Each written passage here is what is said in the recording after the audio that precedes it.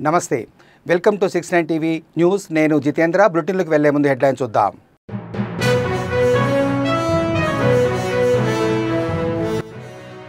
కోటి మంది మహిళలను కోటీశ్వరులను చేయడమే ప్రభుత్వ లక్ష్యం. వి హబ్ ఉమెన్ యాక్సెలరేషన్ కార్యక్రమాన్ని ప్రారంభించిన సీఎం రేవంత్ రెడ్డి.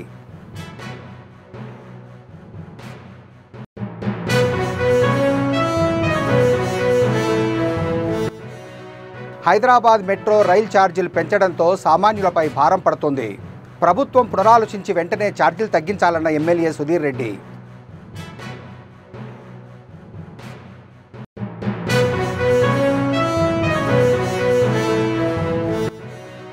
తెనాలిలో స్వర్ణాంధ్ర స్వచ్ఛాంధ్ర కార్యక్రమంలో పాల్గొన్న పౌర సరఫరాల శాఖ మంత్రి. స్థానిక ప్రజల నుండి సమస్యలు తెలుసుకున్న మంత్రి నాదెండ్ల మనోహర్.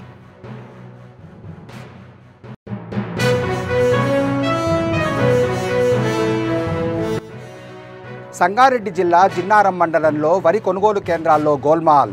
క్వింటాలుకు 8 కిలోల ధాన్యం అదనంగా వసూలు చేస్తున్న ఐకేపీ అధికారులు.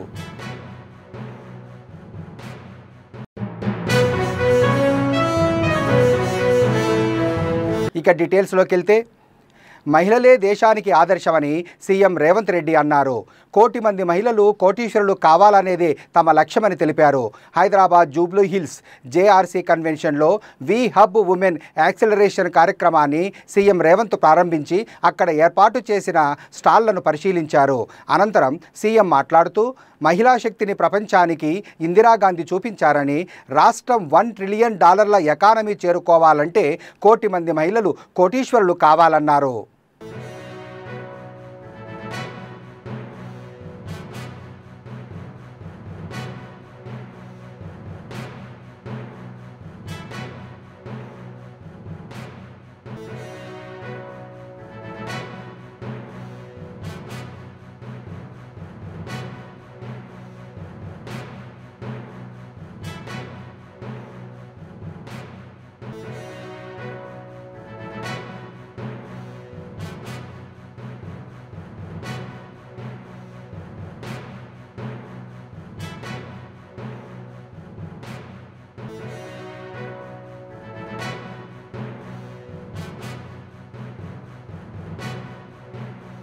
లను ఆర్థికంగా నిలబెట్టాలి. మహిళ ఆర్థికంగా నిలబడితే, ఒక్క మహిళ ఆర్థికంగా నిలబడితే ఆ కుటుంబాన్ని పూర్తి స్థాయిలో ఆర్థికంగా నిలబెడుతుంది.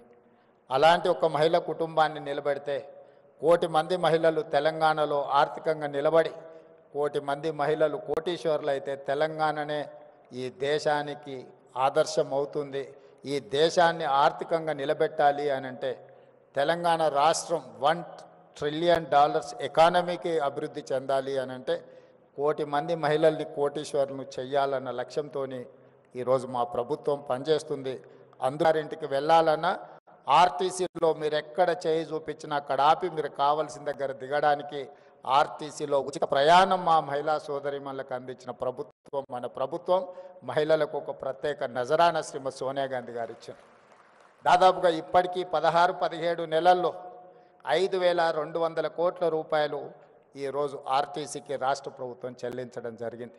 కోసం వాళ్ళు నిరసన తెలిపి బందులు పాటిస్తే దాదాపుగా 50 మంది కార్మికులు చనిపోవడం జరిగింది.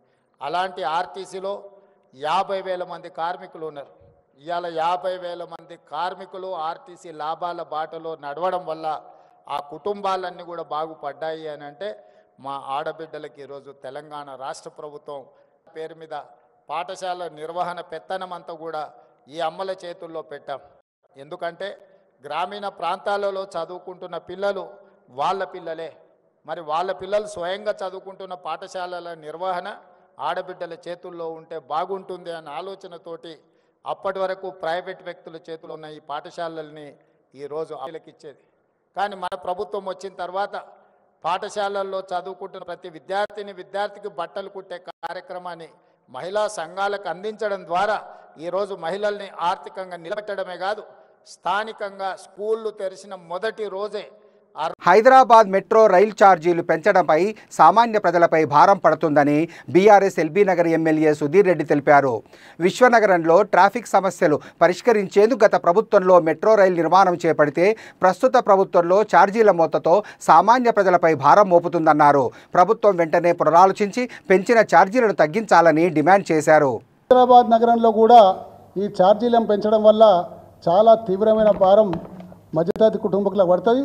ఎంతోమంది పిల్లలు ఈరోజు మెట్రో రైల్లో ప్రయాణం చేస్తూ ఉన్నారు. మెట్రో రైలు యొక్క వ్యవస్థని, మెట్రో రైలు యొక్క కారిడార్లను, మెట్రో రైలు యొక్క ఈ లెంత్లను ఇంకా పెంచాల్సింది పోయి 100వ మెట్రో రైలు మీద నిజంగా ఛార్జీల మోత మోగిస్తే రాబోయే రోజుల్లో చాలా కష్టమైన పని. దయచేసి ముఖ్యమంత్రి గారికి నేను విజ్ఞప్తి చేస్తున్నా. ఈ హైదరాబాద్ ప్రజల మెట్రో రైలు ప్రయాణికుల ద్వారా, హైదరాబాద్ ప్రజల ద్వారా నేను విజ్ఞప్తి చేస్తున్నా ఏంటంటే, మీరు తీసుకున్న నిర్ణయం ఇది ప్రజలకు నిజంగా శాపమవుతుంది. కాబట్టి ఇప్పటికే హైదరాబాద్ యొక్క ప్రోగ్రెస్ తిరోగమన దిశలో ఉంది.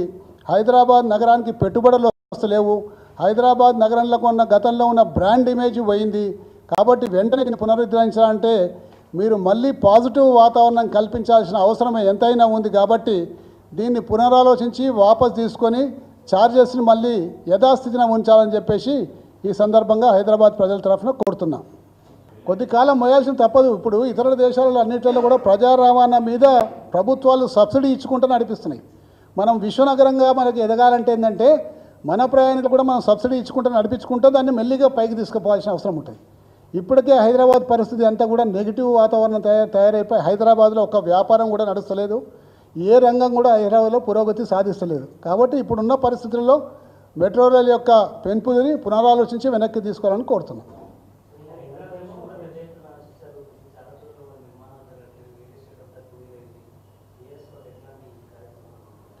రియల్ ఎస్టేట్ వ్యాపారానికి ఫస్ట్ థింగ్ ప్రభుత్వాలు చేయాల్సిన పని అంటే ఒక సానుకూల వాతావరణంని క్రియేట్ చేయాలి. దురదృష్టవశాత్తు ఇక్కడ సానుకూల వాతావరణం క్రియేట్ చేయకుండా ఒక ప్రతికూల వాతావరణం క్రియేట్ చేసే వరకు కొనుగోలుదారులంతా కూడా భయభ్రాంతులపై కొనాలనుకునే వాళ్ళు కొనుక్కుంటలేరు. కొన్న వాళ్ళందరూ కూడా మాకు క్లియరెన్స్ తీసుకొస్తే తీసుకుంటామని చెప్పడం వల్ల రియల్ ఎస్టేట్ వ్యాపారం అంతా కూడా పడిపోయింది. రియల్ ఎస్టేట్ వ్యాపారం ఒక వ్యాపారం ఎటువంటి వ్యాపారం అంటే, ఒక ప్లంబరు, ఒక మన ఎలక్ట్రీషియను, ఒక మేస్త్రి, ఒక సెంటరింగ్ కొట్టటైనా, సిమెంట్ అమ్మటైనా, స్టీల్ అమ్మటైనా, కంకర అమ్మటైనా, ఇన్ని రకాల వ్యాపారాలు దాంట్లో ఇమిడి ఉంటాయి.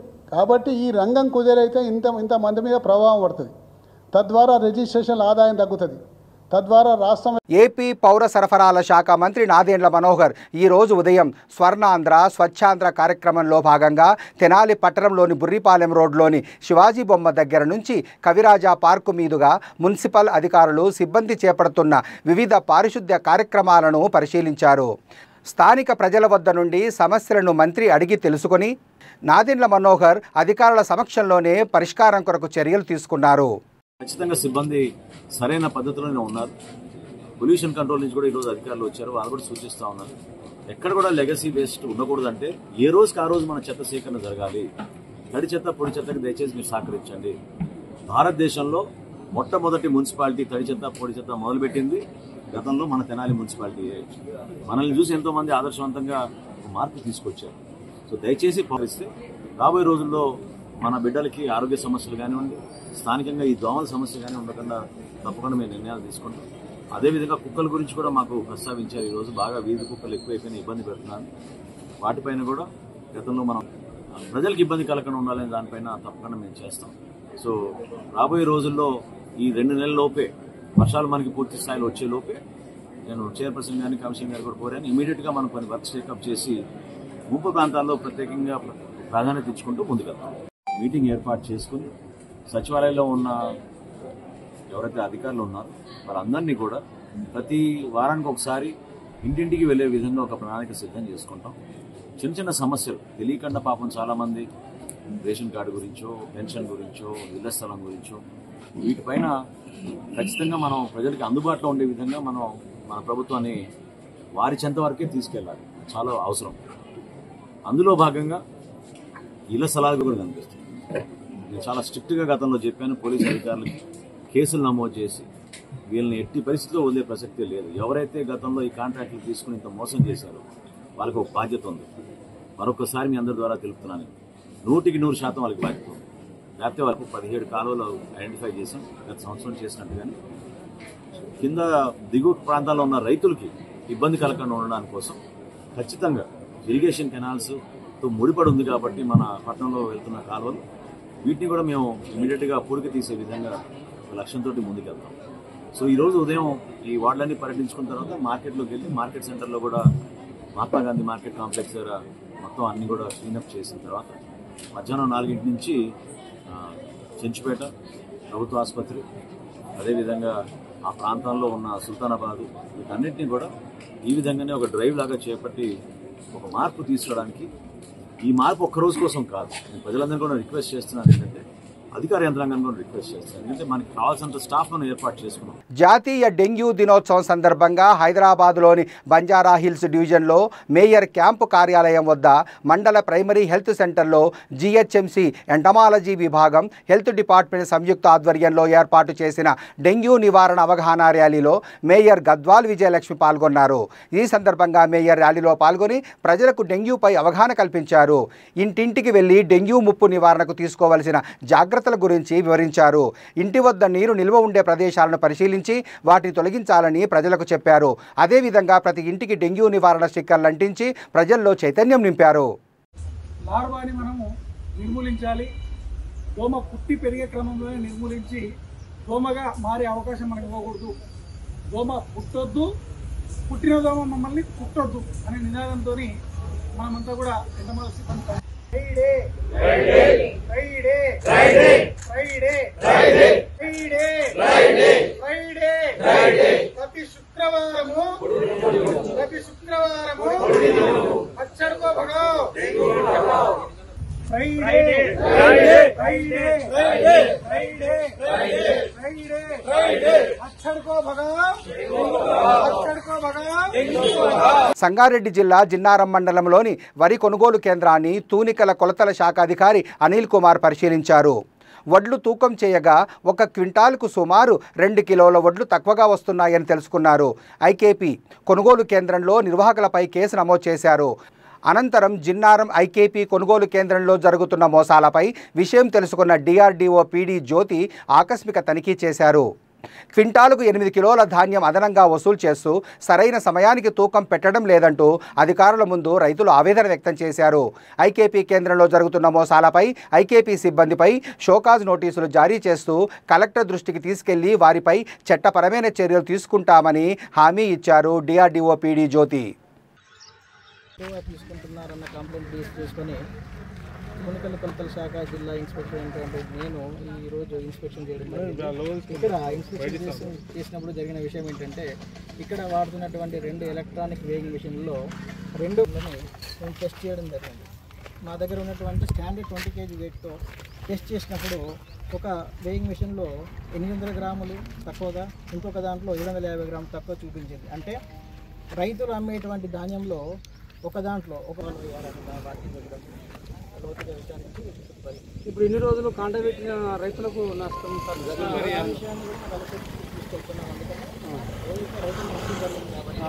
దాన్ని కూడా మేము పరిహారం. జిన్నారం చాలా పెద్ద సెంటరు, ఇప్పటికే అన్ని వేమెంట్ అయిపోయి రెడీగా ఉన్నాయి. లారీలు రావట్లేదని చెప్తున్నారు. దాదాపు వీళ్ళకు 10-12 లారీలు అవసరం అని చెప్తున్నారు. ఇప్పుడు నేను అడిషనల్ కలెక్టర్ మేడం గారితోనూ, తర్వాత డిఎం సివిల్ సప్లైస్తో మాట్లాడడం జరిగింది, రైస్ మిల్లర్స్తో కూడా మాట్లాడడం జరిగింది. సన్న బియ్యం తీసుకోవడం లేదు అంటున్నారు, తడిచిపోతే తీసుకోమని చెప్తున్నారు. డిఎం సివిల్ సప్లై గారు వస్తారు, అది ఎంత ఉందన్నది తను చెప్తారు. ఇప్పటి వరకు ఎన్ని క్వింటాల్ ఇక్కడ నుంచి ఇక్కడే ఉంది, లెక్క మీ దగ్గరే ఉంది, సెంటర్లోనే ఉంది. అమ్మాయి ఇక్కడ రామ్మా, ఎంతవరకు ఎంత చేయిందో మీరు రిపోర్ట్. అంటే ఈమె మీద అవకతవకలు చేసింది, డబ్బులు తీసుకున్నాను ఒక ఆరోపణలు ఉన్నాయి. అది ఎంక్వైరీ మేడం. ఇంకోటి అది రేటు విషయం. ఇప్పుడు డిఎం సివిల్ సప్లై రైతులు ప్యాడీ క్లీనర్ వేస్తే మీరు ఇమీడియట్గా జిన్నారం రావాలి. ఒకసారి జిన్నారం రా, చాలా ప్రాబ్లం ఉంది. జిన్నారం సెంటర్లో సీరియల్ నంబర్ ప్రకారం కాకుండా సీరియల్ నంబరు ఒకటి ఉంటే రాత్రి 11 తర్వాత వాళ్ళకు అనుకూలంగా ఉన్న వ్యక్తులను సీరియల్ లేకుండానే వాళ్ళకి కాంట పెట్టడం జరుగుతుంది. వాళ్ళకు అనుకూలం ఉన్న వడ్లు పచ్చి వడ్లు కూడా కాంటబెట్టేస్తారు. మిగతా రైతులది 9 ఉన్నా 10 ఉన్నా ఒక్కొక్కరు 10, 15 రోజులు 12 రోజులు 8 రోజులు ఎండబోసినా కూడా తాటిపత్రుల కిరాయిలో పడుతున్నాయి. కానీ వీళ్ళు వాళ్ళకి 10 సంవత్సరాల నుంచి ఎంతమంది ఆఫీసర్లు చెప్పినాం. ఏపీఎం సిండికేటు ఇక్కడ మా దగ్గర ఉన్న ఏపీఎం సిండికేటు మనం ఎన్ని కంప్లైంట్లు ఇచ్చినా ఆడ పై లెవెల్ ఏం మేనేజ్ చేస్తుండు. అధికారులకు దాదాపు ఇది ప్రతి సంవత్సరం ప్రతి 6 మంత్కి ఒకసారి సెంటర్ ఓపెన్ అవుతుంది. ఈ సెంటర్లో ఏమైనా తీసి మన 10 సార్లు రైతులు చెప్తూనే ఉంటారు. మన అదే విధంగా కొంచెం కొనసాగించడానికి కారణం ఏంటంటే దీనికి కొంతమంది చోట మోట లీడర్లు కూడా కారణం. పెద్దపల్లి జిల్లాలో కాంగ్రెస్ నాయకుడిని రైతులు చితకబాదారు. నిమ్మనపల్లి ఐకేపీ సెంటర్లో సన్నవొడ్లు కొనడం లేదని రోడ్డుపై కూర్చొని ధర్నా చేసిన రైతులను బూతులు తిట్టిన కాంగ్రెస్ నాయకుడు అట్ల కుమార్పై రైతన్నలు ఆగ్రహం వ్యక్తం చేశారు. ప్రభుత్వం కొనకుండా తిరిగి మమ్మల్నే బూతులు తిడతారా అంటూ నడిరోడ్డుపై కుమార్ను రైతులు చితకబాదారు.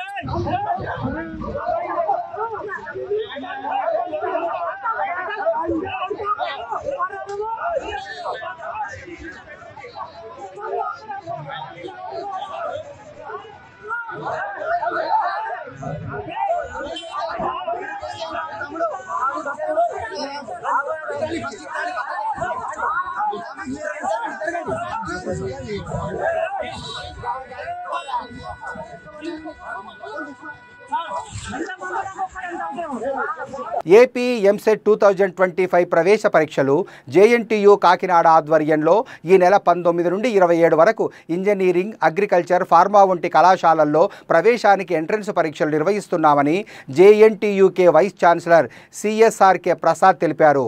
ఈ నెల 19, 20 తేదీల్లో ఉదయం 9 గంటల నుంచి మధ్యాహ్నం 12 గంటల వరకు, మధ్యాహ్నం 2 గంటల నుంచి సాయంత్రం 5 గంటల వరకు అగ్రికల్చర్, ఫార్మాస్యూటికల్ విద్యార్థులకు, 21 నుంచి 27 వరకు ఇంజనీరింగ్ విద్యార్థులకు ఈ పరీక్షలు నిర్వహిస్తామని తెలిపారు. జాయిన్ అవ్వండి, నేను కూడా వస్తాను, మీతో పాటు కలిసి ఫోన్ చేయాలని. నుంచి 27 వరకు 14 సెషన్ బాగా మంచి ర్యాంక్ వస్తే బాగా మంచి బ్రాంచ్ అంటే బాగా ఉద్యోగాలు వచ్చే బ్రాంచ్ మంచిది అని అవకాశం ఉంది. సో ఇప్పుడు ఏంటంటే ముందు ర్యాంక్ వస్తే బాగా. మీడియా మిత్రులందరికీ నమస్కారం. ఈ ఈఏపీ సెట్ 2025 ఎగ్జామినేషను ఈ నెల 19వ తారీఖు నుంచి 27వ తారీఖు వరకు ఆన్లైన్ మోడ్లో జరుగుతుంది. ఈ 19, 20వ తారీఖు నాడు అగ్రికల్చరల్, ఫార్మస్యూటికల్ సైన్సెస్ మీద ఎగ్జామ్ జరుగుతుంది. 4 సెక్షన్స్ లాగా ప్రతిరోజు 9 గంటల నుంచి 12 గంటల వరకు మార్నింగ్ సెషను, 2 నుంచి 5 గంటల వరకు ఆఫ్టర్నూన్ సెషన్ ఉంటుంది. అయితే క్యాండిడేట్స్ని 9 గంటల నుంచి 12 గంటలకు ఉన్నటువంటి ఎగ్జామ్ ఉన్న వాళ్ళకి 7:30 నుంచి అక్కడ సెంటర్కి రావడానికి అవకాశం కల్పిస్తాం. సో అందువల్ల వాళ్ళు లాస్ట్ మినిట్ దాకా వెయిట్ చేయకుండా ఒకరోజు ముందుగానే, ఎందుకంటే హాల్ టికెట్స్ డౌన్లోడ్ చేసుకోమని చెప్పాం. హాల్ టికెట్ వెనక రూట్ మ్యాప్ కూడా వాళ్ళ ఇంటి దగ్గర నుంచి ఎగ్జామినేషన్ సెంటర్కి ఎంత టైం పడుతుంది అనేది ఒక అవగాహన వస్తుంది. కాబట్టి దాని ప్రకారం చూసుకొని 7:30 నుంచి 9 గంటల వరకు పిల్లవాడిని కానీ పిల్లని కానీ ఆడ అలౌ చేస్తాం. కాబట్టి వాళ్ళు ఒక అరగంట ముందన్న కనీసం ఉంటే మంచిది. కానీ as per the guide lines students 1 నిమిషం ఆలస్యం వచ్చినా కానీ లోపలికి వెళ్ళించడం జరగదు. అంటే ఈ 9 గంటల లోపల వచ్చినటువంటి లేదు, అప్పుడు వాళ్ళు వెళ్ళి పలానా రూమ్లో పలానా కంప్యూటర్ దగ్గర కూర్చోమంటారు. సో ఈ ప్రాసెస్ అంతా జరగడానికి కొంత టైం పట్టింది, కనీసం అరగంట అన్న. అందువల్ల పిల్లలు లాస్ట్ మినిట్లో వస్తే వాళ్ళకే నష్టం. 9 గంటల, అందుకని 9 గంటల కన్నా ముందే వాళ్ళు ఉండాలి. 1 నిమిషం వచ్చినా కానీ వాళ్ళని లోపల పంపించడం జరగదు. ఉంటే ఈ సంవత్సరం ఇంజనీరింగ్ పరీక్ష రాసేవాళ్ళు ఒక 6,000 మంది చిల్లర పెరిగారు. అగ్రికల్చరు ఫార్మస్యూటికల్ సైన్సెస్ కొంచెం తగ్గారు ఓవరాల్గా. ఈ ఎగ్జామ్స్ అన్నీ 145 సెంటర్లో జరుగుతాయి.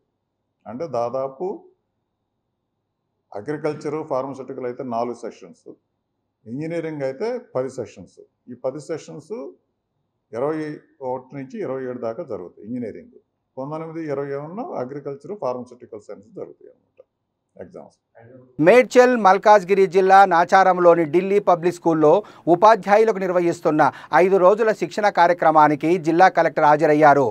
ఈ సందర్భంగా కలెక్టర్ మాట్లాడుతూ టెక్నాలజీ పరంగా విద్యాబోధన సామర్థ్యాలను పెంపొందించేందుకు విద్యారంగంలో వస్తున్న మార్పులకు అనుగుణంగా ఉపాధ్యాయులు తమని తాము అప్డేట్ చేసుకుంటూ విద్యార్థులకు బోధించాలన్నారు. తరగతి గదిలో విద్యార్థులందరూ ఒకేలా నేర్చుకోలేరు కాబట్టి వారికి ఎలా అవసరమో ఆ విధానాన్ని గ్రహించి విద్యను అందించడమే ఉపాధ్యాయుల గొప్పతనమన్నారు.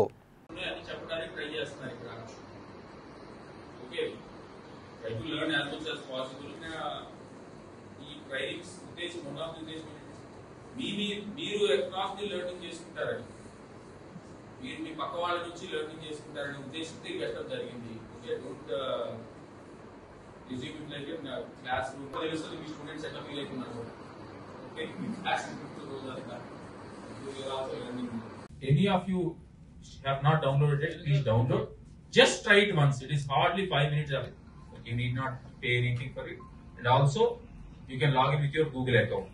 Most of our phones will have Google account logged in, also easily use it. So please use it today, and tomorrow you tell your faculty what you've learned in ChatGPT. Some people must be using it very well, so others can learn from them. Okay, anyone else?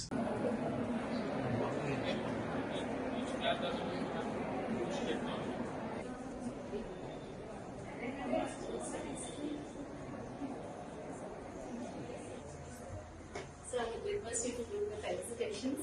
Yeah, God bless the person.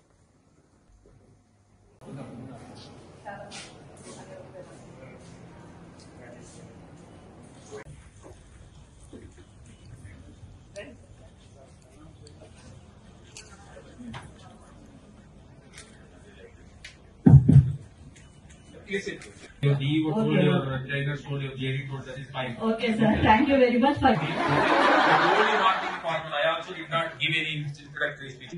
Okay, sir. Sir, in the training classes, No, sir. my only doubt is, are you in any union?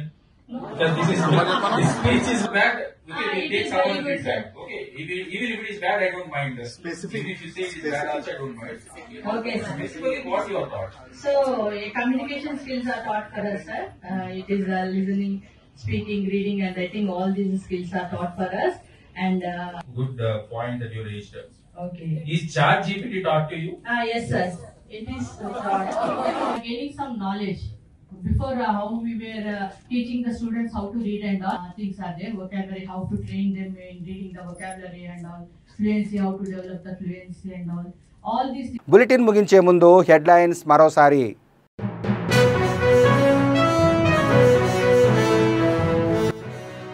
కోటి మంది మహిళలను కోటీశ్వరులను చేయడమే ప్రభుత్వ లక్ష్యం. వి hub women acceleration కార్యక్రమాన్ని ప్రారంభించిన CM Revanth Reddy.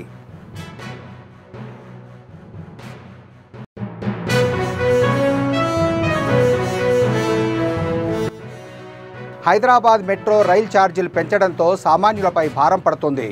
ప్రభుత్వం పునరాలోచించి వెంటనే ఛార్జీలు తగ్గించాలన్న ఎమ్మెల్యే సుధీర్ రెడ్డి.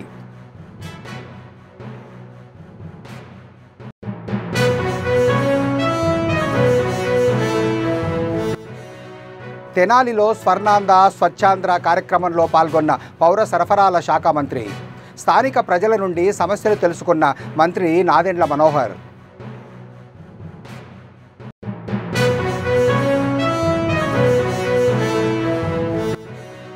సంగారెడ్డి జిల్లా జిన్నారం మండలంలో వరి కొనుగోలు కేంద్రాల్లో గోల్మాల్.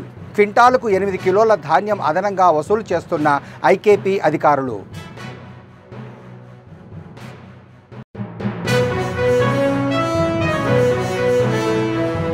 ఇవి బులెటిన్ విశేషాలు. మరిన్ని అప్డేట్స్ కోసం చూస్తూనే ఉండండి 69 టీవీ న్యూస్.